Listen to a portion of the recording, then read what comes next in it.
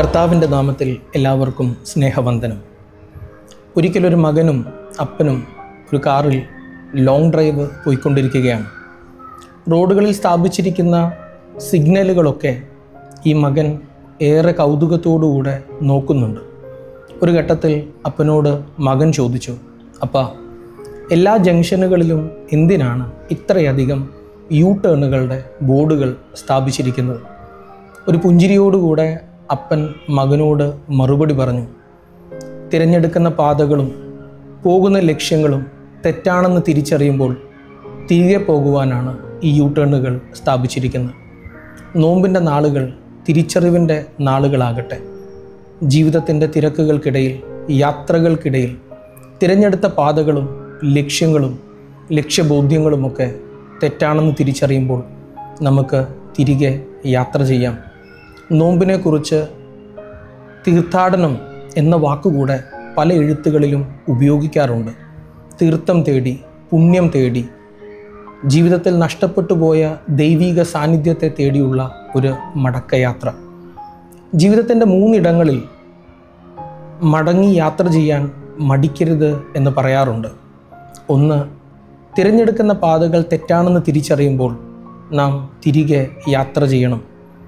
ചുങ്കക്കാരനായ സക്കായിയുടെ ജീവിതം അത് നമുക്ക് കാണിച്ചു തരുന്നുണ്ട്.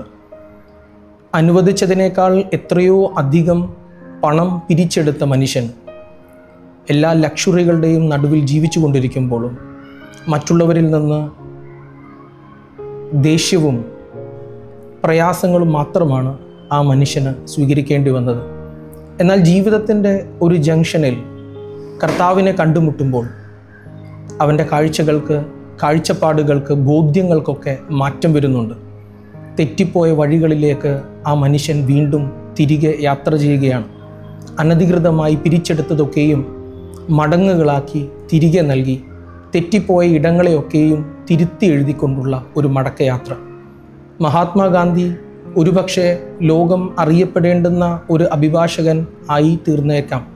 എന്നാൽ തൻ്റെ ജീവിതത്തിൻ്റെ ലക്ഷ്യം അതല്ല എന്ന് തിരിച്ചറിയുന്ന ബോധ്യത്തിൽ നിന്നാണ് അടിമത്വത്തിൻ്റെയും പ്രയാസങ്ങളുടെയും നടുവിൽ ജീവിച്ചിരുന്ന ഒരു ജനത്തിൻ്റെ വിമോചനത്തിനു വേണ്ടി ആ മനുഷ്യൻ തിരികെ യാത്ര ചെയ്യുന്നത്. ആ മടക്കയാത്ര ലോകത്തിന് നൽകിയത് മഹത്തായ ഒരു നായകനെയാണ്. 2, മുൻപിൽ അപകടമുണ്ടെന്ന് തിരിച്ചറിയുമ്പോൾ നാം തിരികെ നടക്കണം. തീവ്രമായ ചിന്തകളും നിലപാടുകളും ആശയങ്ങളും പുലർത്തിയിരുന്ന ഒരു യുവാവായിരുന്നു ശൗൽ. അവൻ്റെ യാത്രകളൊക്കെ അവനും മറ്റുള്ളവർക്കും അപകടങ്ങളിലേക്കായിരുന്നു. എന്നാൽ ജീവിതത്തിൻ്റെ ഒരു മൊമെൻറ്റിൽ ദൈവത്തെ കണ്ടുമുട്ടുമ്പോൾ, കർത്താവിനെ കണ്ടുമുട്ടുമ്പോൾ, കർത്താവ് അവൻ്റെ കാഴ്ചകൾക്കും കാഴ്ചപ്പാടുകൾക്കും അന്ധത നൽകുകയാണ്. പുതിയ കാഴ്ചകളും കാഴ്ചപ്പാടുകളും സ്വീകരിക്കുന്ന ആ മനുഷ്യൻ ഒരു പുതിയ ബോധ്യത്തിൻ്റെ തലത്തിലേക്ക് വീണ്ടും തിരികെ നടക്കുകയാണ്. ആ തിരിച്ചുവരവ്, ആ തിരിച്ചുള്ള യാത്ര ലോകത്തിന് നൽകുന്നത് മഹത്തായ ഒരു വിശ്വാസത്തിൻ്റെ ഒരു ഇടയനെയാണ്, ഒരു നായകനെയാണ്. നമുക്കും തിരികെ നടക്കാം.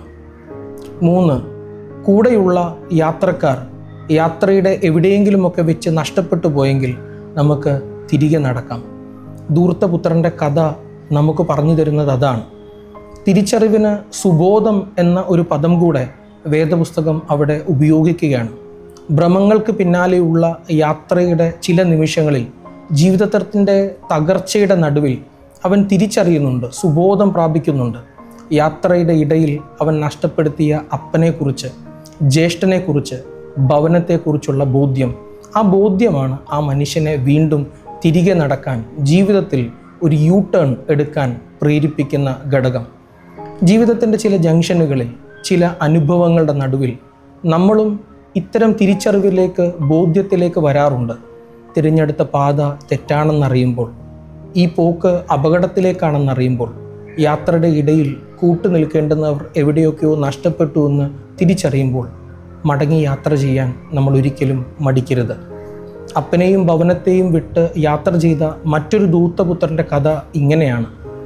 ജീവിതത്തിൻ്റെ തകർച്ചയുടെ നടുവിൽ നിൽക്കുമ്പോൾ അപ്പൻ്റെ ഒരു സുഹൃത്തിനെ ഈ മകൻ കണ്ടുമുട്ടുന്നുണ്ട്. ഈ സുഹൃത്തിൻ്റെ കയ്യിൽ ഒരു കുറിപ്പ് കൊടുത്ത് വിടുകയാണ് അപ്പനു വേണ്ടി. അതിലിങ്ങനെയാണ് എഴുതിയിരുന്നത്: "അപ്പ, അങ്ങയിൽ നിന്ന് ഒരുപാട് ദൂരം ഞാൻ അകന്നു പോയിട്ടുണ്ട്. തിരികെ വരാൻ ഞാൻ ആഗ്രഹിക്കുന്നുണ്ട്. എന്നാൽ അങ്ങ് എന്നെ സ്വീകരിക്കുമോ എന്ന് എനിക്കറിയില്ല. ഏറെ ദിവസങ്ങൾക്ക് ശേഷം അപ്പൻ്റെ ഒരു കുറിപ്പുമായി ഈ സുഹൃത്ത് മടങ്ങിയെത്തി. ആ കുറിപ്പിൽ ഇങ്ങനെയാണ് രേഖപ്പെടുത്തിയിരിക്കുന്നത്: പ്രിയപ്പെട്ട മകനെ, നിനക്ക് കഴിയുന്നത്ര ദൂരം നീ മടങ്ങി വരിക. ബാക്കി ദൂരം ഞാൻ വന്ന് നിന്നെ കൂട്ടിക്കൊണ്ട് വരാം. It's never late to take a U turn എന്നാണ് പറയാറ്. തെറ്റിപ്പോയെന്ന് തിരിച്ചറിയുമ്പോൾ മടങ്ങി നമുക്ക് സഞ്ചരിക്കാം. സ്നേഹനിധിയായ ഒരപ്പൻ നമ്മളെയും കാത്ത് ഭവനത്തിലുണ്ട്. നമുക്ക് പ്രാർത്ഥിക്കാം. പറയുന്നതൊന്നും പാഴായി പോകില്ല എന്ന് ഹൃദയത്തിൽ നിന്ന് മന്ത്രിക്കുന്ന കർത്താവിൻ്റെ മുൻപിൽ ശിരസ് നമിക്കുന്നു. കേൾപ്പിച്ച വചനങ്ങൾ ഞങ്ങളുടെ കാലിന് ദീപവും പാതയ്ക്ക് പ്രകാശവുമാകട്ടെ. പുതിയ തിരിച്ചറിവിനെയും പുതിയ ബോധ്യതലങ്ങളെയും ഞങ്ങൾക്ക് നൽകുകയും തെറ്റിപ്പോയ ഇടങ്ങളിലേക്ക്, നന്മകളിലേക്ക് ഞങ്ങളെ മടക്കി കൊണ്ടുവരികയും ചെയ്യണമേ. യേശുവിൻ്റെ നാമത്തിൽ തന്നെ ആമേൻ.